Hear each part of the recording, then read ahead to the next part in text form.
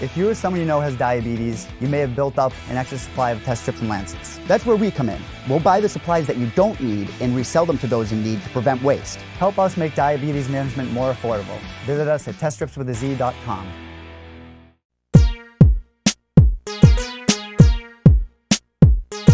All right, we have Amanda Bobby Cooper joining the show. She returns to action September 7th against Jamie Malinowski at Lights Out Championship 5. How are you, Amanda? I'm doing well. How are you? I'm doing great, and a lot has changed over the last year for you, and one of those changes is your marital status. You are officially a married woman. Welcome to the club. Yeah, I've been a member for over 7 years now. How are you enjoying married life? It's great. Yeah, we just bought a house, so we've been, and actually we didn't just buy it. It's been a while, but we've been in fight camp and holidays, and so we're kind of decorating our, painting our house, building it back up, and that's kind of what married life has been like so far, kind of working on the house. We just last weekend cleaned out the garage and put wrestling pads down in bags so we can get some more training in when we are not at the gym. Do you find yourself, because I know I've fallen into this rabbit hole several times, watching HGTV and watching the renovation shows and trying to pick up different ideas. Do you guys do that at all? I don't watch shows, but I watch a lot of YouTube videos, and like if I have a project on my mind, I'll just YouTube everything, like learn things and try to do it and get ideas in my head, and then try to follow through with it. He just listens to what I say, and he works construction, so he he can do things that I don't know how to do, and so he works construction, so he's got ideas of things that he wants to do too. So I kind of do the girly side of it, and he'll do that side. Well, that works out perfectly. In terms of your fighting career, the last time we saw you competing in the cage was back in November against Ashley Yoder on that Denver card for the UFC. You lost a very close split decision, and then the UFC elected not to re-sign you. Thus, you became a free agent. So were you surprised that you weren't given another shot at the UFC, and how disappointing was that for you? No, I wasn't surprised at all. I kind of knew before the fight that if I didn't go my way, that I wasn't going to get signed again. So obviously disappointing. I was more disappointed in this split decision loss. I really felt like I had won that, and it was hard because I just truly felt like I was such a better fighter than Ashley. So that's my fault for letting it go that far, and kind of had me questioning a lot. So training's been a lot different lately. Just because, I thought I was at the level, and getting beat by Ashley and getting kicked out of the UFC, I've just had to really, up training and change some things, and which is more beneficial to me, which is great, for training. But a little part of me was relieved and kind of excited. I got into the UFC when I was 1-1, so I was a baby, and I had to grow up in the biggest organization in the world, and literally the toughest girls in the world. I've, lost to Aspen Ladd before, and Mackenzie Dern and Tatiana Suarez, Cynthia Calvillo. My losses, other than Ashley Yoder, have been to the top level 10 girls in the world. Level 5, most of them are undefeated. So it's been a tough road. And once I got the sadness out, shit, I'm not in the UFC, I was kind of excited to find my own fights and my own opponents and my own timeline. So it was a little relief in a way that I'm kind of excited to build my way back up. Yeah, I'm glad you mentioned that, because a lot of fighters, they get to fight in their hometown regional scene. They get to fight in front of their friends and family and fans so many different times as they build their way up. Like you said, you basically were thrust into the UFC spotlight after 2 professional fights. So in hindsight, I know it's such a wild thing these days, but do you wish you could go back and take more of that regional hometown-esque route and kind of enjoy that grind a little bit more? Yeah, so my husband's 2-0 as a pro, and I get in a weird amount of jealousy, and sometimes I'm have to catch myself to make sure it's a healthy jealousy, because I wish I could go. I can't go back. He's 2-0. He's got this clean slate. They're both first round finishes, and he's a big guy, so bigger. I think the UFC wants bigger guys, so bigger opportunities come faster. And I'm he just signed with a big management company, and I get jealous because I wish I could go back and be that person and have a different approach to fighting for the UFC. I wish, I'm the only person from my gym to be in the UFC, and I was the first person. So we've had some contenders, some Ultimate Fighter fighters, but I was the first one. So being the first one, we didn't know how to do it. We didn't know we could say no to a fight or question a timeline or I wish, I almost wasn't rushed into it, but being the first fighter from our gym to do that, we had no idea. So now my husband's like got the spot, and I'm like jealous. I wish I had. I'm like, man, you're so lucky. You have a clear path. You can choose whatever you want, do whatever decision you want, and make sure it's the right one. So he's smart. Gonna be smart. We're gonna make sure we get him enough fights and enough experience before we even say yes to any UFC or contender offers. There's something to be said about being the first and sort of being the catalyst to these kinds of things. So a lot of fighters are going to be looking towards you. Obviously, your husband's doing that. And as you're watching this progression from your teammates and from your husband, how important is that for you to kind of be that voice of reason, to kind of be that experience for all of these up and coming fighters? Yeah, I think it's important. I think when I was coming up, I always watched like champions in the UFC, or like I YouTube everything, but I always watched them and see what they ate or how they acted or how their training was. Do they spar hard? Do they not spar hard? I always watched because I didn't have anyone to look up to. I had my coach that I thought was, awesome, but I didn't have a person that was in the UFC to look up to or someone that was on that road. So I try to give back to my team, and I show them, even such things as we have Alicia Zapatilla from our team. She's fighting this next weekend in Japan for Risen. But she fights for Invicta. She's high level caliber fighter. She's awesome. She's probably the biggest deal we have going on in our gym right now. And I'm always thinking make sure she works the hardest. She's got to work. She's got to do all this. She's got to make the right decisions, get in the gym all the time. That way people from our gym that think of the highest level fighter from our gym, which being Alicia right now, they see the progression, they see the hard work, and they follow suit. So that's something that I had to remember when I was training, was always train the hardest, always do the extra work, always give back, share our teammates, spotlights, or, if they have a fight coming up, share their stuff, be that person so people looking up to me will do the same. So it's a big role to fill, or a big role to have. And now you get to sort of rewrite the book, so to speak, which I think is pretty fascinating for you. You have this big fight coming up in your home state in Grand Rapids on September 7th against Jamie Malinowski. And, a lot of friends, family, and fans, you get to do the regional grind right now. And I think that's probably an exciting thing for you to kind of turn back the clock a little bit. How excited is this? How exciting of an opportunity is this for you? It's huge. It's absolutely what I want and what I need right now. So a lot of people don't know this, but after I got engaged in December, we started planning a wedding, and I was like, yeah, I'm not going to fight.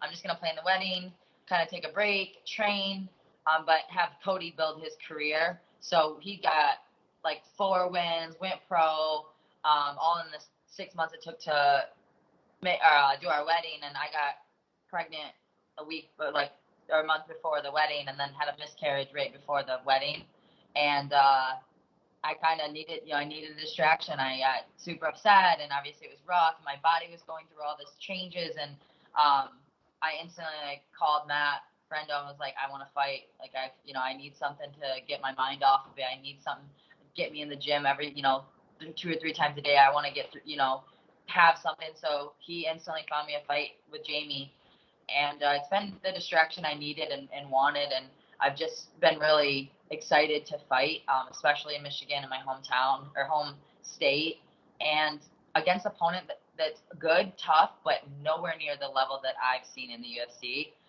or even trained with when I go all over the world training. So it's just a perfect, really good opportunity for me right now.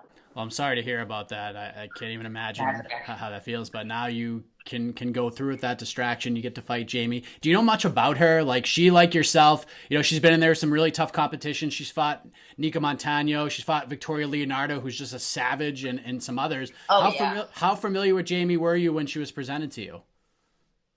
Yeah, I was familiar. I watched her last fight up at Lights Out against Kina. She fought a much smaller, not great opponent.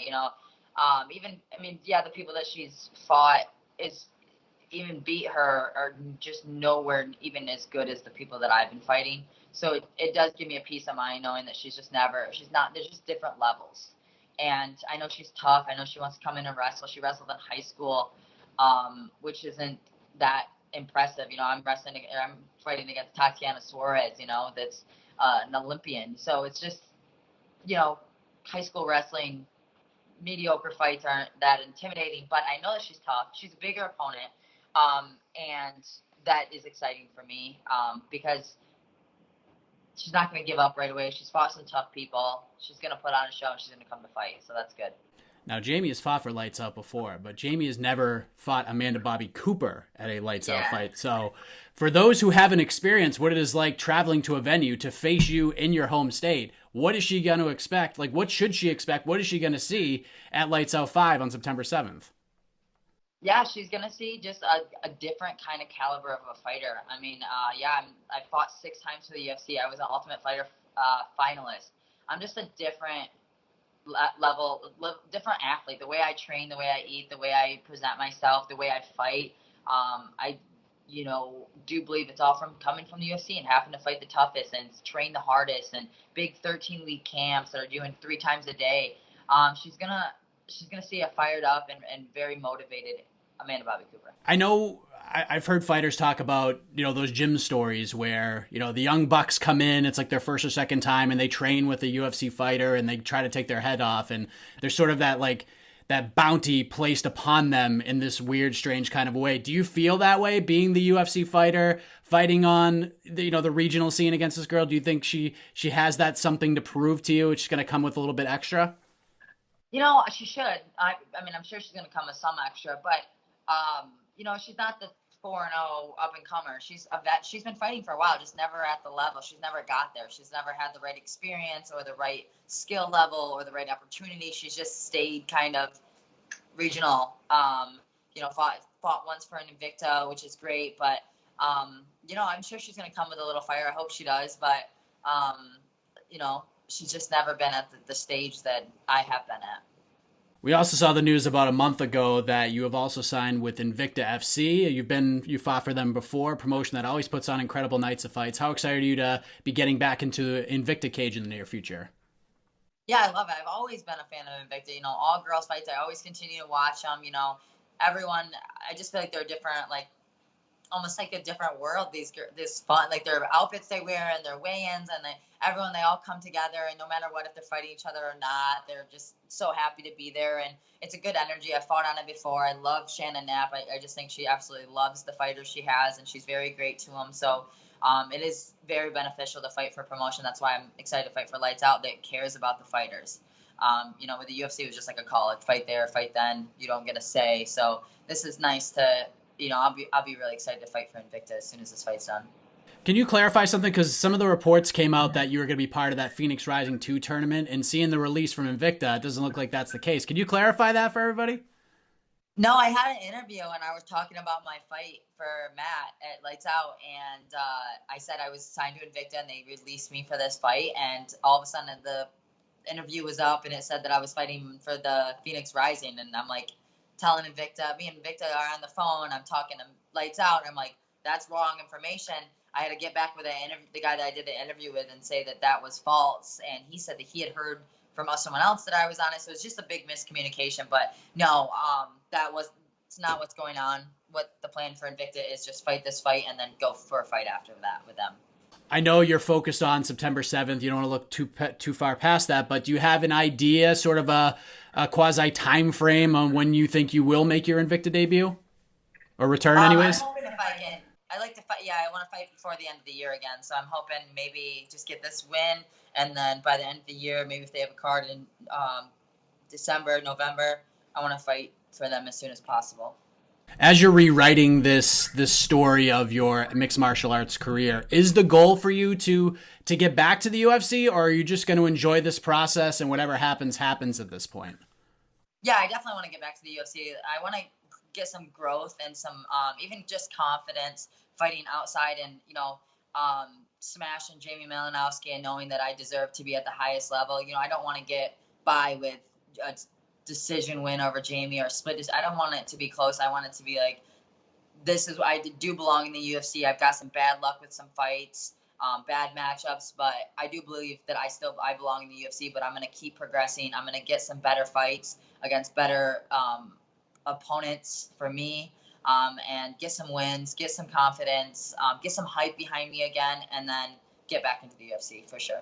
If the opportunity presented itself, if the UFC called you, after a few fights, you go on this nice little run and they say, Amanda, we want you back, but The caveat to that is you have to do the Ultimate Fighter again. Would you do it? Never, absolutely not. Terrible. Never. I was saying this last night we were talking about. I'm like, I would never do it. I would, and 99% of it. Obviously, it was hard. It was a great experience. I learned a lot. There's really no other reason other than the fact that I've done it before, and I do not want to leave my husband for 6 weeks. I couldn't even imagine. He's like the number one person in my life, like training, the taking care of the house. Like we do so much together. He's my number one support that I think I would fall apart without him, and it would be obviously a better development for me to have to do that away from him, but I wouldn't want to do it. And I've done it before, like that's tough and it's hard. And I feel like I fought so many times that I would just want to get straight into the UFC or even a contender fight. I agree with that. It's tough. Most of the fighters I talk to have done the experience. It would take a significant offer or the stakes being extremely high for that to happen again. But you got something to focus on right now. Amanda Bobby Cooper returns to action September 7th at Lights Out Championship 5 in Grand Rapids, Michigan. Amanda, I appreciate the time, appreciate the openness and the honesty here. Before we wrap up, let the folks know where to find and follow you on the web, social media, any shout outs, anything else you want to get off your chest. The floor is yours. All right. Well, my social media, my Instagram and Twitter is at ABCNation115. And, I want to thank you for having me on the show. And obviously, I look forward to another interview with you once I get this win. Sure. I would love that as well. Thank you, Amanda, and all the best to you on September 7th. Thank you.